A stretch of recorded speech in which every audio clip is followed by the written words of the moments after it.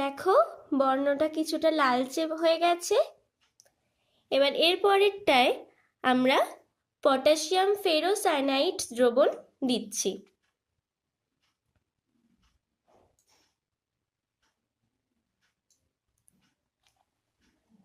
এটার কালারটা দেখো প্রুশিয়ান ব্লু কালার হয়েছে। এর পরেরটায় আমরা অ্যামোনিয়াম থায়োসায়ানেট দিয়ে দিচ্ছি।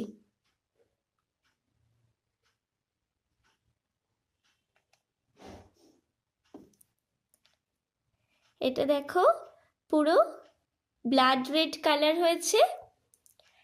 দেখলে কালারগুলো কি সুন্দর লাগছে। এবার আমরা এই তিনটের মধ্যেই কিছুটা HCl দিয়ে দেব, দেখা যাক কি হয়।